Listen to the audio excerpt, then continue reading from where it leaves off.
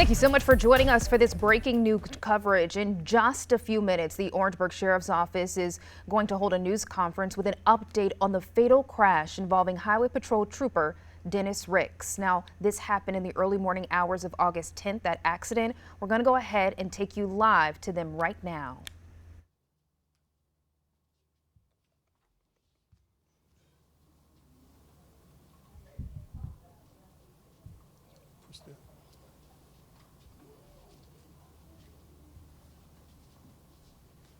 Everybody ready?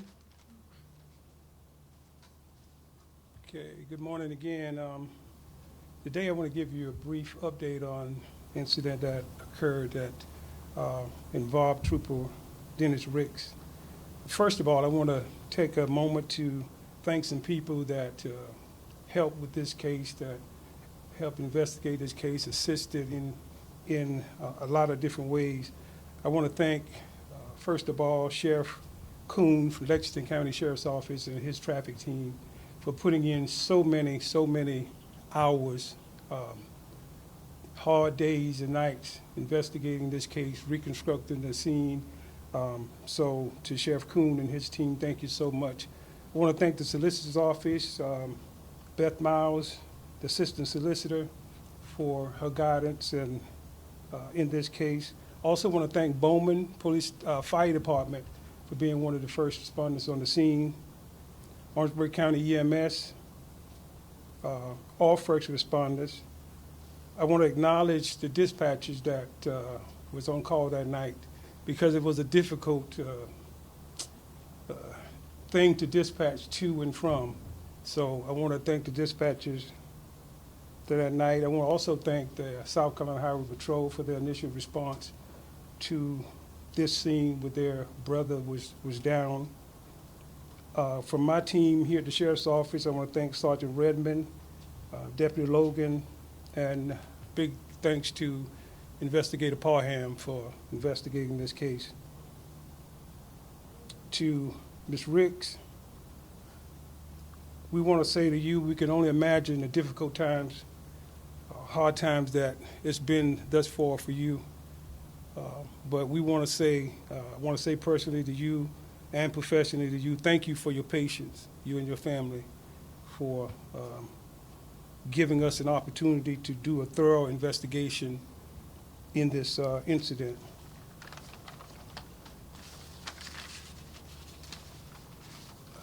Now I know the media well, so I answer a couple of questions that you didn't ask. Why did it take so long? Number one, why did it take 18 days to decide to charge? Why did it take 19 days to present it to a judge, and why did it take 20 days to do this update? Simply this, we wanted to make sure we had it right. And I stand here before you this morning without a shadow of a doubt to let you know that we got it right. So I know in some people's mind it was thinking about what is going to happen, you know, after that incident and up until this point. Ms. Ricks, Colonel Williamson, Captain Elliott, Troop 7. What I want you to know also is that Trooper First Class Dennis Ricks did everything right that night. There's no doubt in my mind. He did everything that he was supposed to do that night.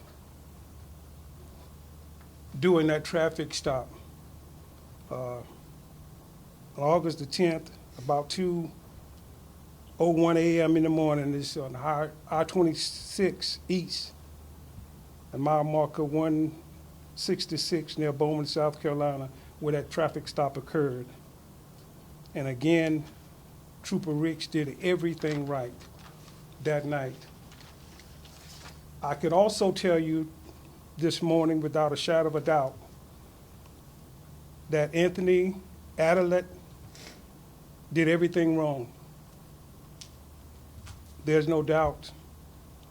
He did everything wrong. Number one thing that he did wrong that day was got into a vehicle, a motor vehicle, and started on the highway.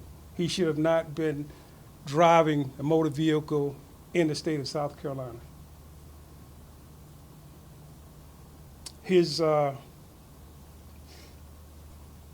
He was under suspension, his reckless disregard for others.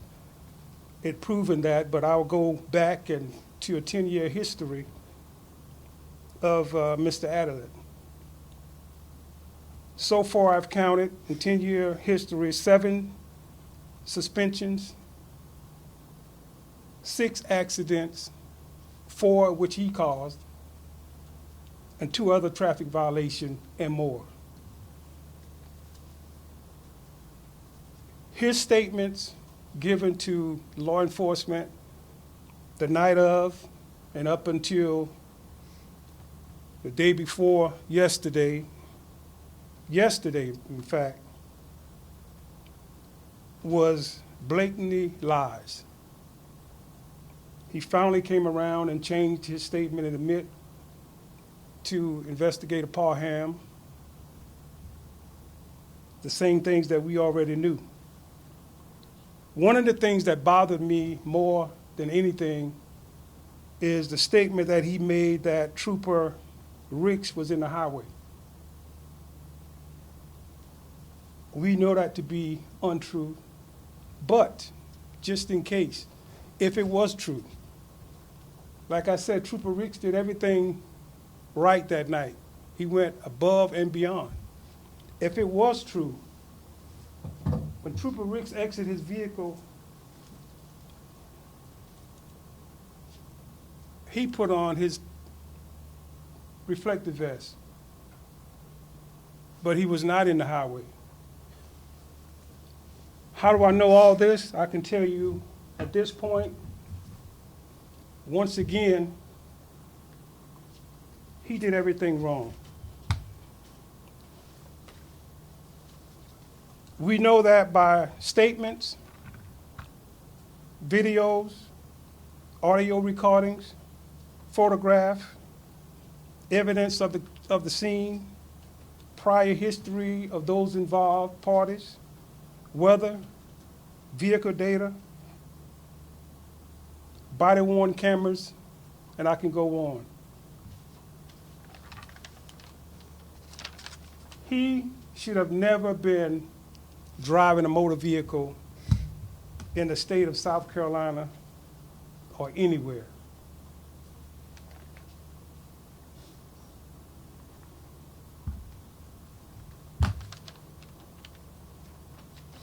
This man lost his life doing his job and doing it the way he was trained to do it.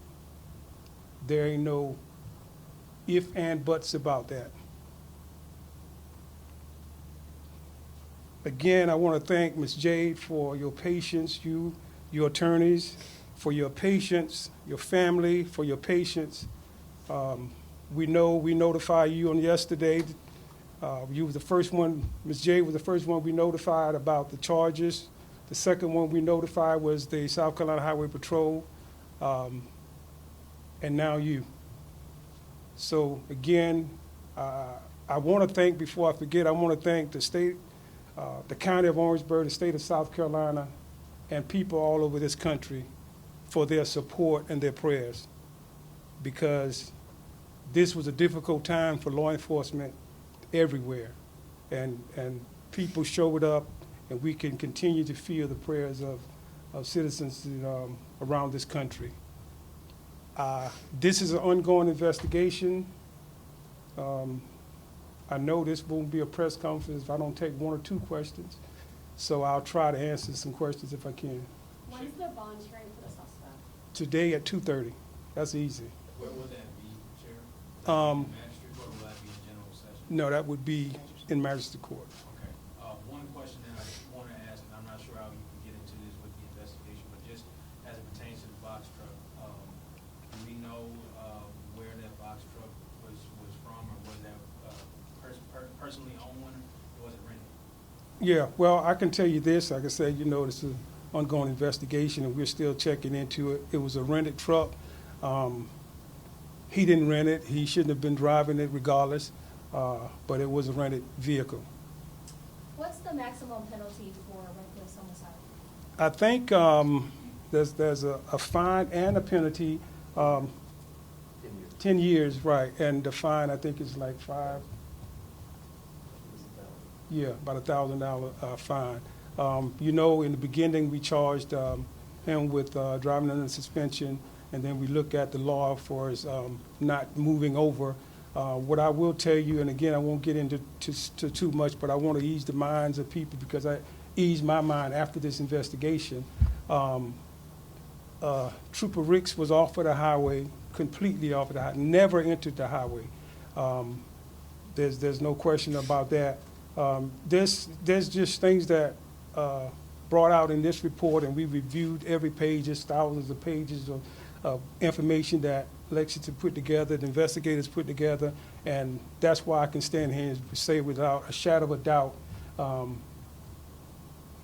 he deserved to be charged.